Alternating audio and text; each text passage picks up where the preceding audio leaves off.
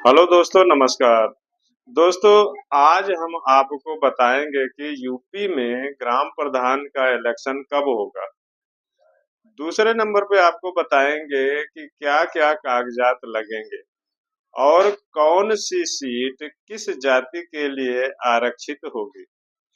दोस्तों, ग्राम प्रधान का इलेक्शन राज्य चुनाव आयोग की वेबसाइट पर अभी तक नोटिफिकेशन नहीं आया है, लेकिन उत्तर प्रदेश सरकार चाहती है कि चुनाव नवंबर-दिसंबर में हो, क्योंकि सरकार ने बजट सत्र में ग्राम प्रधान चुनाव के लिए बजट पास करवा लिया है और पंचायती राज मंत्री ने बयान भी दे दिया है कि चुनाव अपने निश्चित समय पर ही यानी नवंबर-दिसंबर में होगा।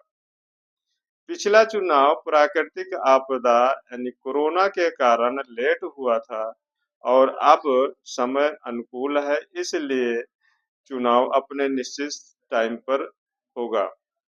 लेकिन लेकिन राष्ट्रीय पंचायती राज ग्राम प्रधान संगठन उत्तर प्रदेश ने प्रदेश स्तरीय सम्मेलन 10 फरवरी 25 को इसके विरोध में किया था और साथ ही सरकार को 22 सूत्री मांग पत्र भी दिया था। दोस्तों, हो सकता है कि चुनाव मार्च अप्रैल में हो, लेकिन आपको जो तैयारी करनी है वो तैयारी ये मान के करनी है कि चुनाव नवंबर दिसंबर में ही होगा। अगर चुनाव की तारीख मार्च अप्रैल भी होती है तो आपका फायदा ही है, नुकसान नहीं है। तो दोस्तों, इसलिए आपको ये मानना है कि चुनाव नवंबर दिसंबर में होगा। आप अभी से अपनी तैयारी शुरू कर दें। ग्राम प्रधान के लिए कौन कौन से कागजात लगेंगे, इसका विवरण आप देख लीजिए। नंबर 1 पे लगेगा आधार कार्ड।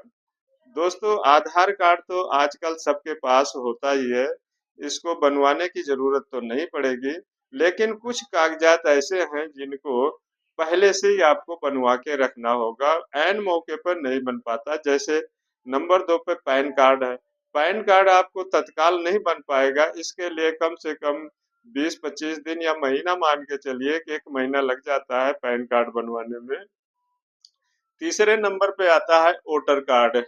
वोटर कार्ड आपका तो बना ही होगा, लेकिन अगर नहीं है तो आप अपना वोटर कार्ड बनवा लीजिए। चौथे नंबर पे आता है निवास प्रमाण पत्र। दोस्तों, निवास प्रमाण पत्र भी मौके पे अगर आपके पास नहीं है तो निवास प्रमाण पत्र भी बनवा लीजिए। और अगर आपको आरक्षित सीट से लड़ना है तो जाति प्रमाण पत्र भी आप बनवा लीजिए। जाति प्रमाण पत्र सब कुछ आपको पता है कि कहाँ से बनेगा। अगर नहीं पता है, जो चीज में आपको नहीं पता है वो हमसे आप कमेंट में लिखिएगा, मैं आपको बता दूंगा कौन सा कागजात कहाँ से बनता है। 6 नंबर पे आता है चरित्र प्रमाण पत्र। दोस्तों, चरित्र प्रमाण पत्र आपको अपने थाने से बनेगा कि आपका कैरेक्टर किस तरह का है, आप कोई दोषी तो नहीं है, किसी भी सजा में आपको, किसी भी दोष में आपको सजा तो नहीं मिली है। अगर आपको किसी भी दोष में सजा मिली होगी तो आप चुनाव नहीं लड़ सकते, इसलिए थाने से आपको चरित्र प्रमाण पत्र बनवाना होगा। आपका एक बचत खाता भी चाहिए। इसलिए दोस्तों, अगर आपका खाता नहीं है, अगर आप चुनाव लड़ना चाहते हैं तो पहले से ही अपना किसी राष्ट्रीय बैंक में अपना खाता खुलवा लीजिए। फोटो तो चलो चलो उस समय तत्काल में भी आप खिंचवा सकते हो, आजकल फोटो की कोई विशेष बात नहीं होती। फोटो आप तत्काल में भी खिंचवा सकते हो, फोटो खिंचवा लेना लगेगा। शौचालय के साथ फोटो, एक नया नियम इस बार लागू किया है सरकार ने। शौचालय आपके घर में होना चाहिए, इसका भी प्रमाण पत्र आपको देना होगा। तो उसका प्रमाण देने के लिए अपने घर के शौचालय के साथ आपका फोटो खिंचवाना होगा। वो फोटो तहसीलदार से सत्यापित भी कराना होगा। 10वें नंबर पे आता है सहकारी समिति से ड्यूज बनवाना। दोस्तों, आपको किसी भी जगह आपका ड्यूज ना रह जाए, किसी भी सहकारी समिति में आपका जो लेन देन है वो बकाया ना हो, आप डिफॉल्टर ना हो। इसलिए समिति से भी आपको न्यू ड्यूज का सर्टिफिकेट बनवाना होगा, इस बार वो भी लगेगा। और केंद्रीय सहकारी बैंक यानी कोऑपरेटिव बैंक जो होती है, उसका भी कोई लेन देन आपका बकाया ना हो, उसकी भी एक सर्टिफिकेट बनवा लेना नो ड्यूज की, वो आपके बैंक नजदीकी बैंक से बन जाएगा। लैंड मगेज बैंक, लैंड मगेज बैंक से भी आपको अपना न्यू ड्यूज बनवाना होगा।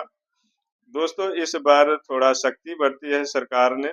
सरकार चाहती है कि जो भी इलेक्शन सरपंची का लड़े या प्रधानी का लड़े, वो एकदम पाक साफ हो, किसी भी जगह उनका कोई लेन देन बकाया ना हो, कोई डिफॉल्टर ना हो। और 13 नंबर पे आता है बिजली का बिल। बिजली का बिल आपका बकाया ना हो, इस क्षेत्र में सरकार ने बड़ी सख्ती बरती है। आपका अगर बिजली का बिल ड्यू है तो आप बिजली का बिल भर के और अपना न्यू ड्यूज बनवा लीजिएगा। और दोस्तों, 14 नंबर पे आता है ग्राम पंचायत की भूमि पर कब्जा। आपका किसी ग्राम पंचायत की भूमि पर कब्जा ना हो, इसका भी सर्टिफिकेट आपको तहसीलदार से बनवाना होगा, ये भी लगेगा इस बार। और पानी का बिल वैसे तो गांव में अक्सर पानी का सुविधा नहीं होती कि उसका बिल आए, लेकिन फिर भी आपको जन स्वास्थ्य अभियंत्रिकी विभाग से जाके इसका भी नोटिस आपको बनवा लेना चाहिए, ताकि कोई आपका विपक्षी या कोई ईर्ष्या बस, द्वेष बस, या आपको चुनाव लड़ने से रोकने वाला कोई आपका जाके कोई बिल झूठा मूठा दिखा के तो आपका पर्चा खारिज न कर दे। इसलिए आप जन स्वास्थ्य अभियंत्रिकी विभाग में जाके एक नोटिस बनवा लेना। चूल्हा टैक्स की पर्ची, चूल्हा टैक्स की पर्ची भी दोस्तों ब्लॉक से बनेगी, इसको भी बनवा लेना। बनवा के अपने पास सारे डॉक्यूमेंट बनवा के अपने पास रखना, और कोशिश करना कि अपने के साथ साथ अपना एक डमी कैंडिडेट भी, जैसे अपनी वाइफ को या अपने लड़के को या और किसी खास को साथ में पर्चा दाखिल करना, ताकि अगर दो दो पर्चे आपके होंगे तो आपका विपक्षी आपका पर्चा खारिज कराने की कोशिश नहीं करेगा। दोस्तों, अब हम आपको बताते हैं कि आपकी कौन से ग्राम सभा की कौन सी सीट किस जाति के लिए आरक्षित होगी। दोस्तों, सरकार ने एक रोटेशन व्यवस्था बना रखी है। इस रोटेशन में पहले नंबर पे आएगा दलित के लिए सीट आरक्षित होगी। दूसरे नंबर पर दूसरी बार में वही सीट पिछड़े वर्ग के लिए आरक्षित होगी। और तीसरी बार वो सीट जाएगी जनरल कैटेगरी के लिए, यानी सवर्ण जातियों के लिए। अब दोस्तों, आपको देखना ये है कि जिस ग्राम सभा से आपको चुनाव लड़ना है, अगर वो सीट पिछड़े वर्ग की है तो इस बार वो सवर्ण को चली जाएगी। अगर सवर्ण को है तो दलित को चली जाएगी। अगर दलित की है के लिए आरक्षित थी पिछले बार, तो इस बार वो सीट हो जाएगी पिछड़े वर्ग के लिए। अब दोस्तों, 50% आरक्षण दे रखा है महिलाओं के लिए। अगर मान लो कि आपके ब्लॉक में 10 सीटें हो गई हैं आरक्षित पिछड़े वर्ग के लिए, तो उसमें से 5 सीटें महिला वर्ग के लिए आरक्षित होंगी।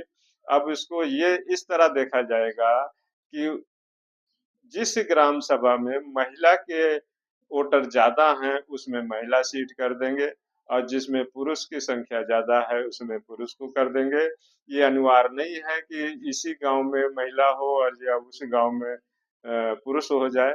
जिस गांव में को देखेंगे वो कि महिला वोटर ज्यादा है उसमें महिला सीट कर देंगे, अगर 10 सीटें रिजर्व हैं तो।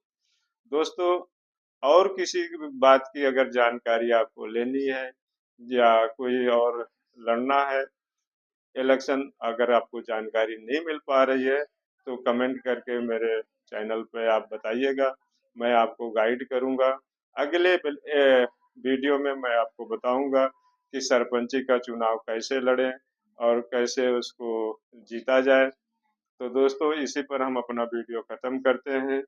फिर मिलते हैं अगले वीडियो में। नमस्कार।